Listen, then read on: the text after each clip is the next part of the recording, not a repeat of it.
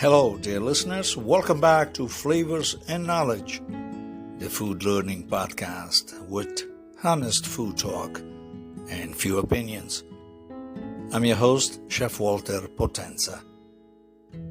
In this episode, I'd like to concentrate on something that is truly meaningful to me anyways, African slaves cooking.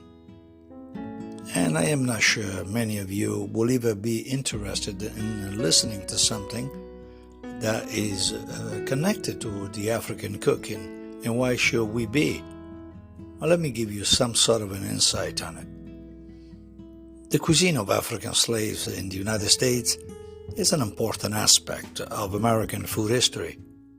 It is a cuisine that was developed by Africans who were brought to America as slaves and who had to adapt to the foods that were available to them in their new surrounding and struggles. African slaves brought with them a wealth of culinary knowledge and several traditions from their home countries. However, they were often forced to rely on the meager rations which were provided to them by the slave owners, and of course which included items such as cornmeal, molasses, salted pork, and beans. And many of these ingredients were not considered tremendously healthy at the time, especially too much cornmeal or too much salted pork for the matter. But despite these limitations, African slaves were able to create a unique cuisine, one that blended African, Native American, and European influences.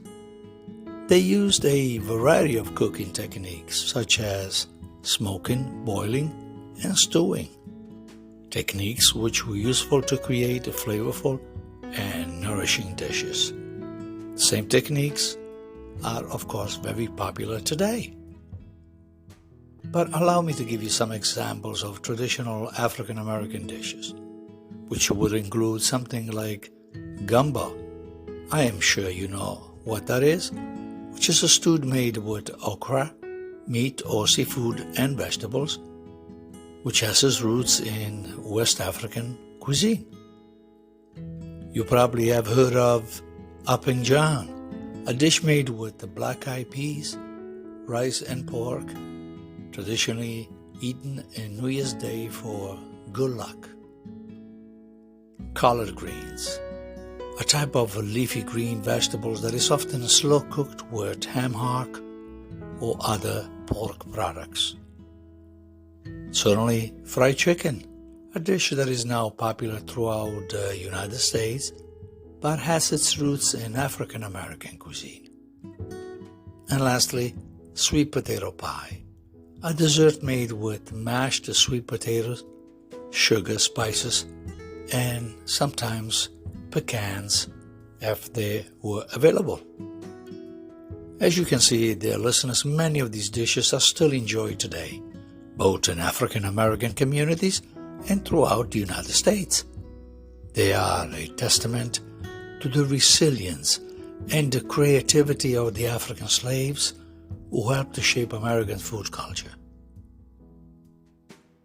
And that is a wrap here for me at Flavors and Knowledge. I hope this episode was of your enjoyment. We'll reconnect on the next round with another interesting topic. Eat well and stay well. Ciao, ciao.